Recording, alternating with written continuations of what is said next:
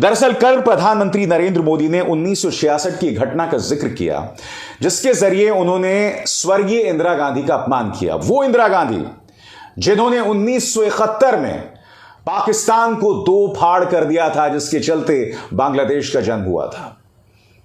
प्रधानमंत्री नरेंद्र मोदी ने कहा कि इंदिरा गांधी ने वायुसेना का इस्तेमाल करके मिजोरम में बेकसूर लोगों पर बमबारी की।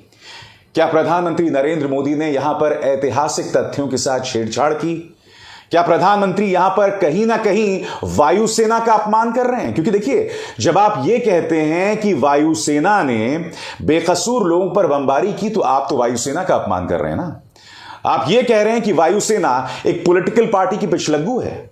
आखिर इंदिरा गांधी ने अगर ऐसा किया तो क्यों किया था? सबसे पहले दोस्तों, मैं चाहूंगा आप प्रधानमंत्री को सुने, मगर मैं आपको यह भी बतलाना चाहूंगा, कल एक और काम हुआ है। अधीर रंजन चौधरी, जो कि लोकसभा में कांग्रेस के नेता हैं, उन्हें निलंबित कर दिया गया है। दोस्तों, सदन के अंदर ऐसी ढेरों मिसालें हैं जहां सत्ता पक्ष के सांसदों ने बदतमीजी की, तमाम मर्यादाओं को उल्लंघा, मगर उन पर एक सवाल नहीं हुआ। उसकी मैं चर्चा करूंगा, मगर सबसे पहले आइए सुनते हैं किस तरह से प्रधानमंत्री नरेंद्र मोदी ने इंदिरा गांधी का अपमान किया। सुनिए। 5 मार्च 1966 इस दिन कांग्रेस ने मिजोरम में असहाय नागरिकों पर अपनी वायुसेना के माध्यम से हमला करवाया था। अब यहां पर कांग्रेस यह कह रही है कि प्रधानमंत्री नरेंद्र मोदी तथ्यों के साथ छेड़छाड़ कर रहे हैं। एक ऐतिहासिक तथ्य है जिसको लेकर वो भ्रामक जानकारी, गलत जानकारी देश तक पहुंचा रहे हैं।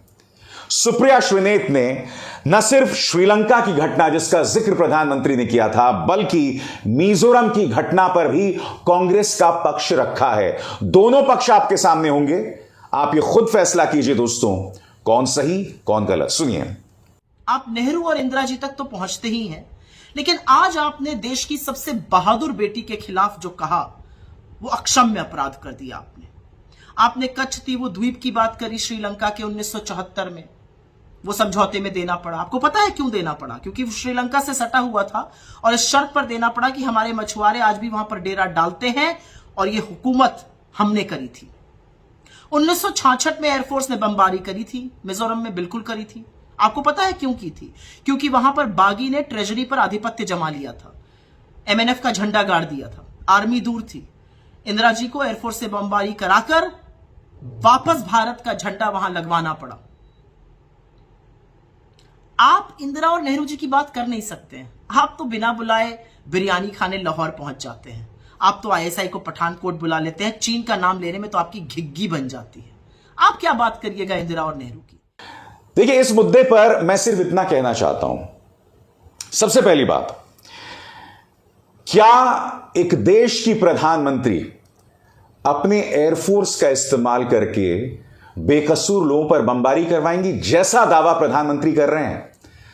सबसे बड़ी बात, क्या हमारी वायुसेना का इस्तेमाल इस तरह से होगा? क्या वायुसेना इसका विरोध नहीं करेगा? मिजोरम तो हमारे देश का हिस्सा है ना। तो बड़ा सवाल यहां कि अगर एक चरमपंथी संगठन हमारे देश के एक हिस्से पर कब्जा कर लेगी, और अगर सेना को वहां पहुंचने में वक्त लगेगा, और अगर वायुसेना का इस्तेमाल होगा, तो क्या यह गलत है? ये तथ्य हैं जिसे पढ़ने की जरूरत है, मगर जाहिर सी बात